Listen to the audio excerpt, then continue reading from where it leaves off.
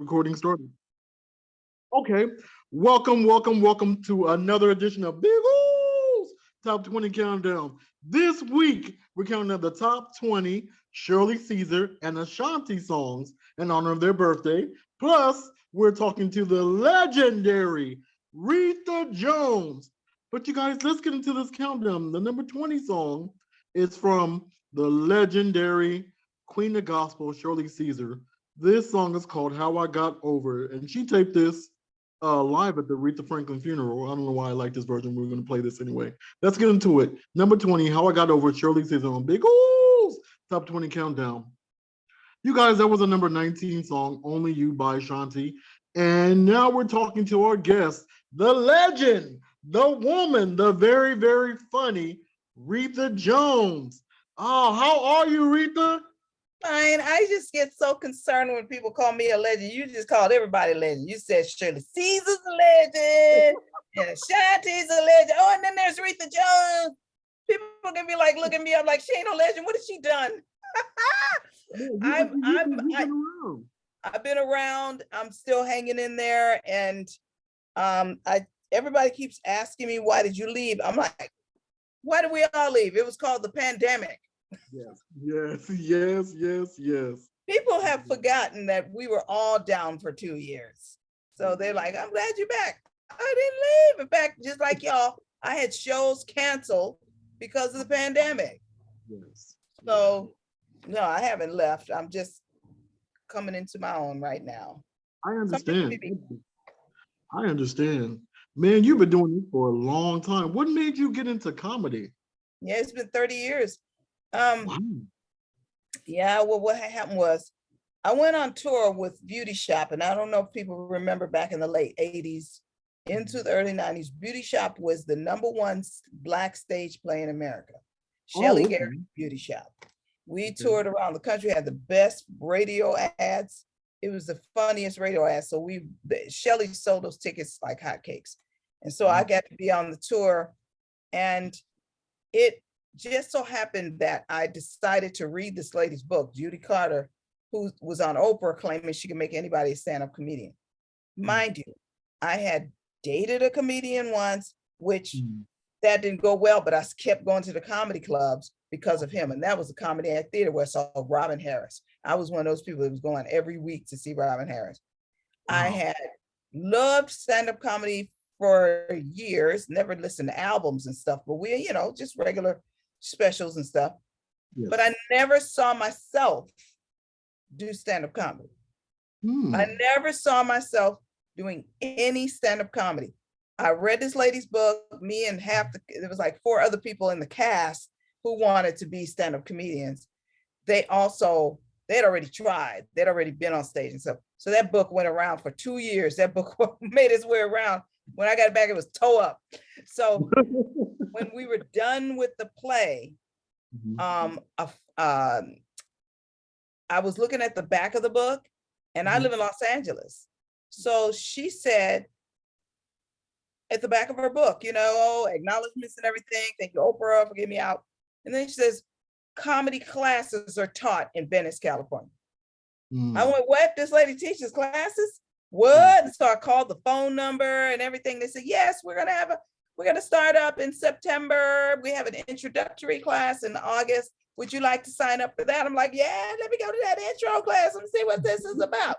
Told my best friend, Lamont, he said he was trying to do comedy for a minute. He was just doing some character. And he said, you know what? I'm gonna go with you. I'm gonna try to see if I can get on stage. And that's how it started. I went to the introductory class. Sometimes people have those introductory class where they'll actually ask someone, hey, someone want to volunteer and come up? We're going to do a demonstration. Well, I made sure, and I prayed on this too. I'm going to tell you something. Literally sat back and said, God, I know I don't have any talents that I can showcase with and get agents to look at me, but maybe this is something, because I love comedy and I'm a pretty silly, I make people laugh without even trying, and I didn't know. So I said, if this is for me, let me know. So when she said, I need 7 volunteers, I just acted a fool. I'm like, me. I was like Horshack. Ooh. I did something stupid in the audience, so she chose me. When she got to me, She says, what I'm teaching you guys is that your life is stand-up comedy. This is why anybody can do stand-up comedy. So she said to me, what is going on in your life? And I said, oh, I'm unemployed now. We finished that play. Now I'm trying to figure out what to do next, and I'm unemployed. And she said, oh, you're unemployed. Does your parents, how do they feel about it? Because, white people don't, it's a bad thing. Black people, we're used to it. We know how to be unemployed. Yes. She said, oh, that's bad. Do your parents feel bad for you? I said, no, I'm getting the highest rate on my unemployment. I said, I'm good right now. Shoot, I'm coming up. And so she said, how your parents feel? I said, yeah, my parents do think I should be trying to go get a job somewhere, which I am. And my father, she says, what about your father? I said, yeah, my father thinks I'm being lazy. And she says, what does he say to you? I said, oh, he tells me that, I'm spending time going to the gym and stuff. And she says, stop. And then she turns to the class and says, this is what we call an act out. Never say what someone says to you. Do the person. Be the person. And that's another thing in my family. When we mimic someone, we say, somebody said so-and-so. She said, I don't know what's wrong with you. I don't know what you're talking about. We always mimic the person, don't we? When somebody says something we don't like, we mimic them. Yeah. And so I broke it while she was talking to them. I thought about it. I had just had a conversation with my father. And I did my dad. Oh, you act like you can't go get a job nowhere. You got time all day to go to the gym. You got time to go down to the damn unemployment office. They hiring over there at the post office. I just did my dad. They holler. I'm like, but he said those words to me. They holler. So that's how I got started. I took her class. There was a showcase after 8 weeks. I killed in the showcase. And once you kill one place, the other people see you, will bring you somewhere else. Hey, I have another room.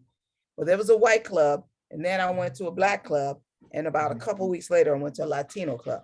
So I've been doing all three kinds of comedy all this time. Wow. You guys, we're going to talk more to our guest, Rita Jones, but you guys, let's get back into this countdown. The number 18 comes from Shirley Caesar. This song features Kurt Franklin. This song was called I'm Ready. Let's get into it. I'm Ready, number 18 in the countdown. You guys, that was a number 17 song, Baby by Ashanti. It's actually one of my favorites. And we're talking to our guest, Rita Jones. Rita, describe your first professional comedy gigs. Just describe it for us. How was it? First professional comedy gig? You mean where I got paid? Yeah, if you got paid or not. The first one you did right outside of that class. Oh, it was fun. It was like a little workout room at a cafe in West LA. It was nerve-wracking because I was no longer under the scrutiny of the class. So I think I had written 10 minutes of material from that class, and I just did them, and I felt very out of place, but I also felt comfortable. I'm an introvert. I would have never tried that without the class. So I had the security of knowing I'd taken the class. So I remember doing the second time. I can really recall the first time I did the Comedy Act Theater was my third time on stage total. Okay. And Michael Williams and Dee Militant. I told jokes. I did some jokes. I did the jokes I'd written. And the audience, it was an early show, open mic audience that was there, and the comedians, they laughed, but it wasn't killing, but they laughed. So they were, Michael and Dee Militant pulled me to the side and says, you got it. He says, you write jokes. You're a good writer. And that's a plus, that you can write jokes. So having them, they mentored me, and that's it. Describe how it is being not only just a woman of color, not just a woman in comedy, but also a woman of color in comedy. Describe that to me. A woman of color. Not only being a woman in comedy, but also being a woman in color. I mean, a woman of color in the comedy scene, on the comedy scene. Describe that to me. The comedy scene is a male-dominated field. So I'll speak first to the women. For women, it is still a male-dominated field. It is still conquered by men, and it is still more received for men to do it. Um, I, I, I've had my issues, but I realize, woman of color or woman, it is more important that women develop a comedy show that's funny. If you're not consistently getting laughs, don't walk around and complain that somebody's not putting you up. So I recognized that. I'm like, okay, when I did that show, it didn't come over as funny. So of course, nobody's going to put me on that next show. But I've had very, very funny shows, and men have been super supportive. So as a Black woman, of course, there was when I came up in the 90s, it was a little more difficult because you're judged by the men, you're judged by the women. And I was a very pleasant looking female. I was, ex-model, tall, thin. I had my makeup on, I was pretty. And I'd get the side eye for some women in the audience, and I'd get a little, it would be some kind of an attitude. I'll never forget Simply Marvelous, comedian Simply Marvelous. The woman who did the Def Jam thing, and she said, "What are y'all fucking on the Tuesday doing the Thunderstorm?" That lady is brilliant. Well, she was hosting one night, and I didn't recognize this was happening to me amongst the female comedians. So I was she came down, and she was supposed to host the main show, but I was still on the early show, and I killed. I just was having fun with the audience. This was one of those nights where I was having a ball. I was like 2 years into the game. I came off stage, Simply Marvelous was there a little early, sitting in the room, eating. Normally, now this is what happened in the Def Jam Comic View days in the 90s. The New Jacks were not allowed to speak to the veterans. They ignored us. They didn't want to talk to us. The vets would come in and they would like, "Oh, go over there, open micer." I mean, they literally had a hierarchy. And if anybody disputes that, come talk to me. Because I remember how we were not even, it was a separation of the classes. Now, some of the people might have broke that separation, but it truly was a separation. So when I came off stage, Simply Marvelous was sitting in the back of the club, and she waved me over. She said, "You, come here." And I'm like, "Oh, Simply Marvelous wants to speak to me." What? Okay. She said, "You are funny." She said, "I owe you an apology. I thought you was this pretty girl trying to be up there, just trying to be cute, to be seen. You know how them pretty little comics be getting up there trying to be cute." She said, "Girl, you are funny. I truly owe you an apology." I'll never forget it. She apologized to me. And I read, how many other female comics feel that way about me? Wow. So I was like, wow. So there's another element. You're saying female comic, Black female comic, pretty Black female comic. Yes. That's another element that had to be gotten over in the industry. Tiffany Haddish has opened that door wide open. Not just her, Angela Means. Angela Means is beautiful. She's a model, and she used to go on stage with no makeup on. A lot of times you see women who are attractive not put on makeup because they didn't want to make other women in the audience jealous. They didn't want to get the hate from some female comics. That was an empty past. But I was funny, so I got received. Wow. Yeah. You guys, we're going to talk more to our guest, Rita Jones, but we have to get back in this countdown. The number 16 song comes from Shirley Caesar. This song is called "Been So Good." It's one of my absolute favorites. "Been So Good" by Shirley Caesar on Big Top 20 Countdown. You know I stole that from Soul Train. That's pretty cool, though. Thank you. But you guys, let's get you guys, we just played the number 1 song. I'm sorry, the number 15 song. I'm alright, see. Come on. Why are you not? I jumped from number 16 to number 1. You were like, this one number 27. And they're all Shirley Caesar. Just play her whole album. Just play her whole entire catalog, okay? Number 1 by Shirley Caesar. Number 5 by Shirley Caesar. Just play Shirley Caesar. They just always Shirley Caesar. And who don't love Shirley Caesar? You never love Shirley Caesar. But you guys, that was the number 15 song by Ashanti. That was called "Body on Me," one of my favorites by her. But you guys, let's get into the extra song of the week. This song is by a good friend of mine, Jaleg Sherwood. This song was called "Pastor Joe." I promised him I would play his song, so this is it. Jaleg Sherwood, "Pastor Joe," on Big Old Top 20 Countdown. You guys, that was the extra song of the week by Jalea Sherwood, Pastor Joe. We're talking to our guest, the legendary. I say legendary. She doesn't like when I say that, but legendary I feel funny. Rita Jones. You know what? I had the a couple of weeks ago, if you guys recall, we did a comedy corner with Retha Jones on it, and it was, I mean, very, very funny. I'm not just saying that because you're here. I was telling you, usually when I play comedy corners, I just rarely laugh. But I played your comedy corner that you did on the Tom Joyner show. 9 minutes of funny. Oh my God, it was so funny. I Oh, mean, thanks. I was like, wow. And I also got to meet her. Was it like 2 or 3 months ago at Robert Vargas's comedy party? Was it there?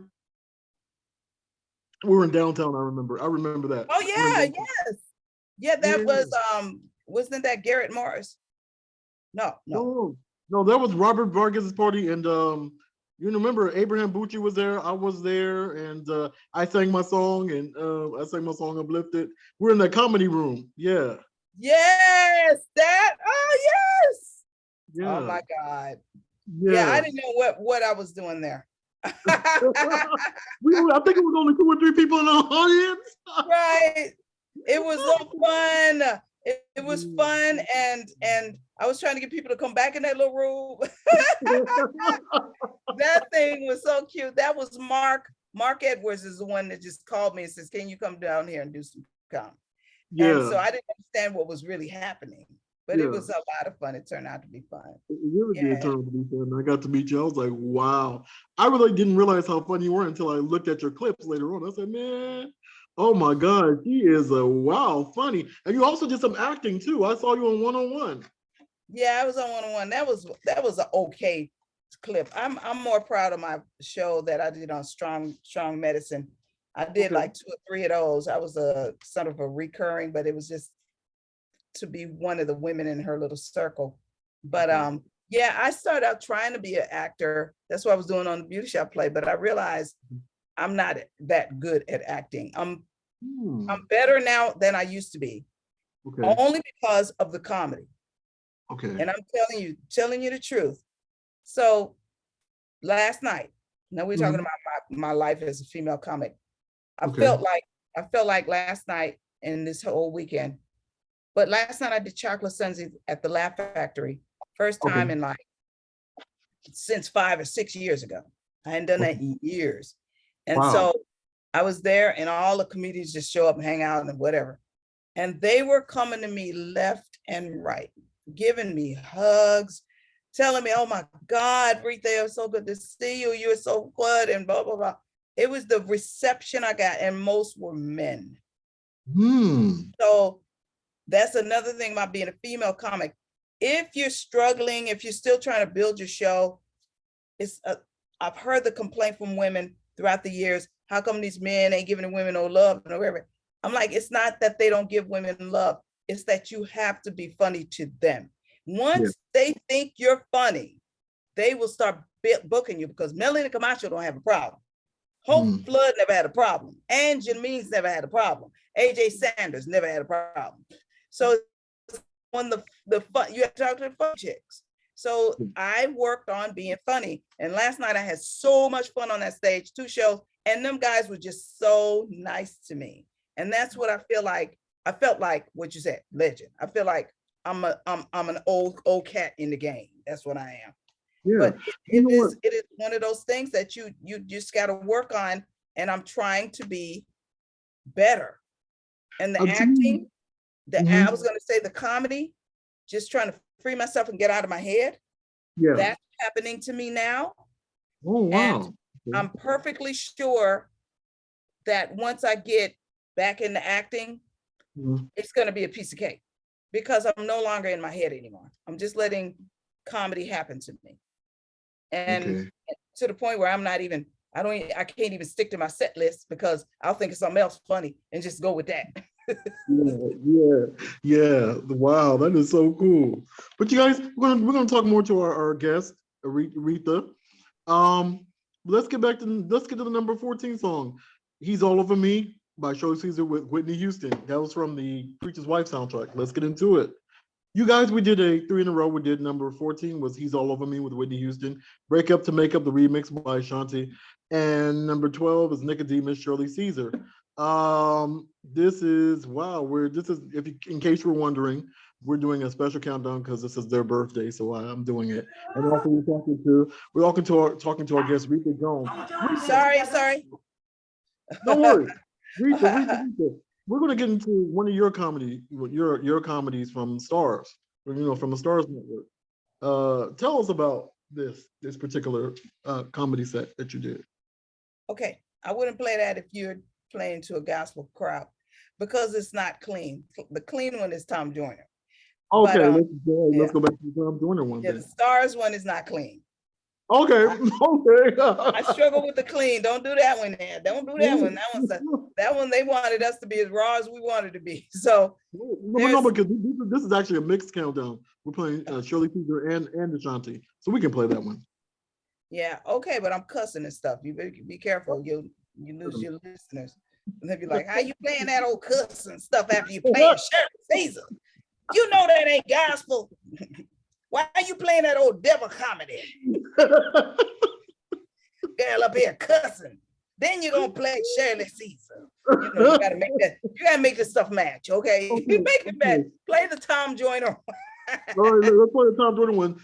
All right, let's go with the Tom Joyner one. That one's clean. Okay. Tell us about this one. Tell us about this clip. Tom Joyner. I was so lucky to get on the Tom Joyner show. I didn't even know he had a TV show. Somebody called me out of blue. We want you to tape Tom Joyner show. Mind you, let's talk about the best part. Forget the comedy show. I had fun with him and J. Anthony Brown. And it was just, I just had fun. I didn't know I shouldn't have said ass so much. Naked ass. I was like, oops, I didn't realize where I was. Then who was preparing to tape the next show. They do like 2 shows in a row. The person that was backstage preparing to tape the next show, but they were watching me on their TV monitor. Mary. Are you serious? Mary, look, I was hanging out because I said, oh, Mary's gonna perform. I'm gonna wait and watch the taping of the next show. So I had already finished all my stuff. I packed my stuff, put it in the car, came back in the studio, sat down in the audience with everybody else. And I was sitting there and they were all setting up the lights and everything. And Mary came out on the stage. They looked out and said, girl, you crazy. You funny. I was like, what's happening? What's happening? They ran up on me. Oh my God, we loved you. They watched me. Wow. They loved me. And they said, girl, if you was clean or we would take you on tour with us. I said, I can be clean. I can be really, really, really clean. Wow. Mary. Wow, that is so awesome. Oh my God. So that's what that reminds me of. The Tom Joyner show was one of the best times of my life. I'm telling you, I met Earth, Wind and Fire. What? And who taped on my show? Eric Benet. Wow. You fanned out. I know you fanned out on that one. I love it. I love it. After he broke up with Halle Berry. So I was like, look. You thought you had a chance. You were ready. Think of me as Halle Berry with a fat stomach. As long as you get past the fat stomach. But you guys, let's get into it. The Rita Jones on Tom Joyner. This is the Comedy Corner on Big Old South 20 Countdown. Yeah, y'all, that was a very, very, very, I love it. I love it. I mean, like, man, I'm not blowing smoke up your behind, but you're really, really funny, man. You're really, really funny. It's like, wow, people say I'm blowing smoke. No, I'm not blowing smoke up your mind. You're very, very funny. I'm telling you. And you were also on The Last Comic Standing, am I correct? Yes, sir. Tell me about that experience. That was fine. I watched the show and I was like, had a vision board. I said, one of these days I'm gonna be on that show. Swear to God, like 2 weeks later, I got a call to be on the show. So the first show I taped was with Rodney Perry and I forgot who was on my show. But Rodney Perry sat next to me and he just kept talking. He talked over everybody. He stole the whole time. And it's like, if you start talking, right? Yeah, and I know so-and-so. It's like, hey, it was my turn, But Yeah. Rodney's my buddy, so I went with it. But the second show I taped, Buddy Lewis, Steve, that just flipped out. Maestro Clark Okay. and Steve, oh, that's my buddy, man. Anyway, so I ended up with the funniest joke of the night. And Wow. it was Byron Allen. It became his favorite joke, but that was the best one. So if you want to show a clip of that, that's the one to show. The second show, I have a yellow shirt on. That's the one to show. With Buddy Lewis and Steve. Oh man, why am I blanking out? It's you know, I'm 60 years old. I done got old. You don't look it. You look fantastic. Steve Wilson. You look fantastic. Yeah. I would never thought you were 60. I thought you were in your late 30s, early 40s. Nope. How could I be late 30s, early 40s? And I've been doing comedy 30 years. What I saw when I was 10. About that. You wanted that dummy, unless you're doing it out of kindergarten. But you're fantastic though. Oh, you guys, we're going to talk more to our guest Rita Jones, and we're going to get back in this countdown. Number 11 song is "Foolish" by Ashanti. Let's get into it. "Foolish" by Ashanti. And they go top 20 countdown. Yeah, y'all, that was the number 10 song. I'm Blessed with Dottie Peoples, Shirley Caesar. We're going to get into the second extra song, which comes from Jalea Sherwood. This song is called Goals. One of my favorite songs by him. Let's get into it on Big Old Top 20 Countdown. Yeah, you guys, that was the second extra song of the week by Jalea Sherwood. That was Goals. We're talking to our guest, Rita Jones. Don't call her Aretha, call her Rita Jones. You know what? I'm gonna tell you, I've struggled with that name my whole life. When I grew up, people kept messing my name. My name is Retha, Retha. Yeah. I don't know why on earth when people see my name on paper, they'll go, Bertha? Bertha was a fat girl's name. There was nothing about me that looked bad. I was super, super skinny. I'm just thinking if you looked up and saw me, you would have known you made a mistake. Sound out the consonants and vowels. There's an R. There's not a B. People kept calling me Bertha. I'm like, oh, you got to look at me. You know you're wrong. My math teacher called me Retha. He was an African. Retha.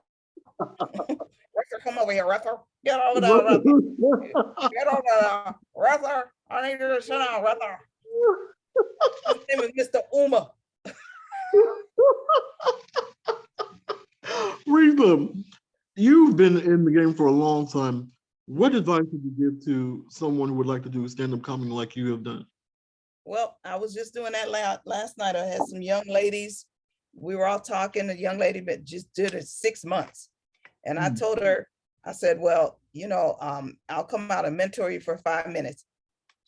How come somebody else heard me say that? They ran to the seats we were sitting in. What, you say mentor? I'm like, no. I got to be careful. I'm trying to get on a plateau myself. So there's somewhere I'm trying to take my own comedy to be solid. I truly believe that almost everybody who's trying to do comedy, and if you're funny, that's it. You'll probably surpass me in a heartbeat, because articulation is my problem. Taking my time is my problem. Sticking to my set list is my problem. I've seen people surpass me. Wow. I've seen people get bigger stuff than me that have been in the game way less than me that ask me for advice. So I don't even have any. I don't have any advice. I'm like, if you're funny, let it just ride the wave, but be patient. And now things have changed. People doing social media and everybody's got on TikTok and stuff like that. Well, I got nothing to say now. I'm the old school person and I need advice because I'm not doing all those things. I don't have time to take my phone and walk around the grounds and act like I'm, shopping for, groceries. I don't know what they do. So I don't have any advice. I don't have any advice. Things have changed. Yeah. Things have changed. All I'm saying to people is before you wonder why you're struggling in the game, getting gigs, getting spots, before you run up on somebody else, say, hey, can you give me a showcase? This young man did that. I'm talking to people about showcasing at some big club, and he's running up here talking about, yeah, can you give me a showcase too? I want to get in. Dude, you've been doing it 1 year. Get off of my shoulder. Yes. I'm 30 years in the game. I Yeah. can walk up to that club. I was 15 years regular at a major comedy club. I Wow. can do that. Yes, the Comedy Store. I was a 100% paid regular, main room, or Mitzi Shore loved me. I was 15 years at that club. Now that she's died, dead, and everybody else gone, I can't even set foot in the club, really. But Wow. I told them I'm in a more advanced place, so don't try to get on everybody's job. Your job is to be funny. When I checked his tape, it was like he struggled to get like a lot of laughs. A lot of his jokes died. I was like, this is what you need to work on your act. So many people want to jump over the funny and start getting opportunities. Well, the opportunities come with the funny. That's true. Work hard on being funny. I've always known that. It is super important to get your funny game on. If you're on stage and you hear silence for like 80% of your show, time for you to work. Yeah. And that means consistent. If you're like everywhere you go, don't be coming off talking about, well, they laughed at this. They need to laugh at almost everything. Don't be trying to find out, oh, how can I get this road gig in Vegas? No, stop. Work on your act. And that's all I did. That's all everybody I know did from my day coming up. Funny is more important than anything. Get funny. I don't care what you got to do. Watch everybody else and get inspired and like, oh, that's how that should sound. Get funny and study all comedy. Even don't be just looking at Black comedy if you're a Black comedian. Look at everybody because it helps. Everything helps. Yes. You guys are talking to our guest, Retha Jones. But you guys, let's get back in this countdown. The number 9 song comes from Ashanti. This song is called Good Good. Let's get into it. Good Good on Big O's Top 20 Countdown, the number 9 song. You guys, we did it 3 in a row for you. We did Good Good by Ashanti, Sweeping Through the City by featuring the Caravans with Shirley Caesar. That's an old school jam. Number 7 was Foolish with Ashanti. Now it's time to get into the Independent Song of the Week. Independent Song of the Week is, you know what? I couldn't resist it. I got to play my song. Every countdown, I got to play my song. I want to say thank you so much, you guys, for supporting this video and supporting this song. This song is called Commune With You. Let's get into it. Commune With You, the Independent Song of the Week on Big O's Top 20 Countdown. Yeah, y'all, that was the Independent Song of the Week, my song. If you guys like it, go out and support it. But it's not about me, it's about Rita Jones. Rita Jones. Rita, what is one of your favorite comedy gigs that you ever did? Oh, that's recent. I just did a very clean, church clean show 2-3 weeks ago. It was a fundraiser program at a big golf course. It's a big resort, something. It was the absolute funnest time I've had in my life. And it was super clean. I did 20 minutes, super clean. And that is my goal. I might be a cussing comic. I want to be a clean comic. The second time, the most fun I've had in a long, long time is Saturday night at the Laugh Factory. I got a chance to do their main 8 o'clock show. Wow. I'm like, wow, I hope I can do more of them, but I had so much fun. It was so fun. Last night was fun too, but something about that 8 o'clock show Saturday was just, it was over the top fun. I'm sure there's others I'm not thinking of because people are calling me talking about why you didn't talk about my show. Rudy Moreno shows have always been fun, and stand-up club has always been fun.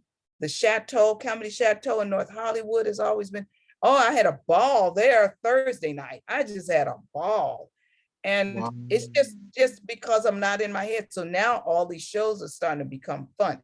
They're not fun when the audience isn't fun. Yeah. But what happened Saturday is the audience started out tight. And I noticed the first 2 comics, they were like, ha, ha, ha, ha. Ooh, ha, ha, ha, ha. I was like, that ain't no laughter. Y'all got to stick to this. So I went out and I started out with, do you know how high gas prices are? You spend money on gas to get here. I don't care if I stand up here and pick my nose and do knock-knock jokes. Y'all need to laugh. Make it happen because it's too expensive to go out and let yourself not have a good time. And that kind of helped bring them up. But I've had fun. Almost every show has been fun. So it's hard to pick out one. Wow, that's a good answer. That's a good answer. We're going to talk more to our guests. We got to get back in this countdown. The number 6 song comes from, you guessed it, Shirley Caesar. This song is one of my favorites. This song is called Favor. Let's get into it. Favor, number 6 on Big O's, Shirley Caesar and Ashanti Countdown. You guys, that was a number 5 song, Happy by Ashanti. Now it's time to get into the old school gem of the week, which also comes from a birthday woman, Tisha Campbell. This song is called Push. She thinks this was one of her only hits. This song is called Push. Listen to it. The old school gem of the week, Tisha Campbell. Happy birthday with the song is called Push on Big Old Top 20 Countdown. I loved her. Oh, I love me some Tisha Campbell. Yeah. But you guys, that was the old school gem of the week, Tisha Campbell, Push. Push. You gotta push. Come on. I can't sing it the way she sung it. Push it through. Oh my God. Would you ever want, Rita, would you ever like commit to like doing like having your own sitcom? Nope. Not until I'm on a few other sitcoms and I get the feel of the day-to-day and being on a show and what have you. I just, no. I mean, it's far too much a lot of people don't understand. You really don't want to be the star of a sitcom until you have been a co-star of a sitcom. Okay. You better be good at being a co-star of a sitcom, because you being the star, the whole thing is on you. Yes. And if that show don't go down, it's everybody on that show can go get a job somewhere else. You're going to be known as the person who had the canceled sitcom, and it's going to be hard to recover unless you become a celebrity or a star. Being a star means, a lot of people think being a star, that's some, flimsy way to live. Yeah, you want to be a star, huh? Yes, I want to be a star, a bona fide star.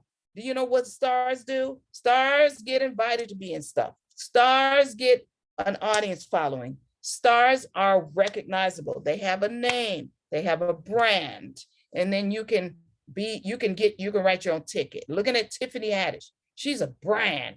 My friend Sherry Shepherd is a brand, and I watched her from bottom up become a star. Cat Williams is a brand. He's an old friend. I watched him come from nothing all the way up. Being a star means that now when people are writing something, they're like, I want that girl, Retha Jones. I want a Retha Jones type. Let's see if we can get Retha Jones to play this. Being a star now, I used to feel like I was shallow to think of something to think of that. But now it's what I need to do. It's the goal. Yeah, no, I want to be a star.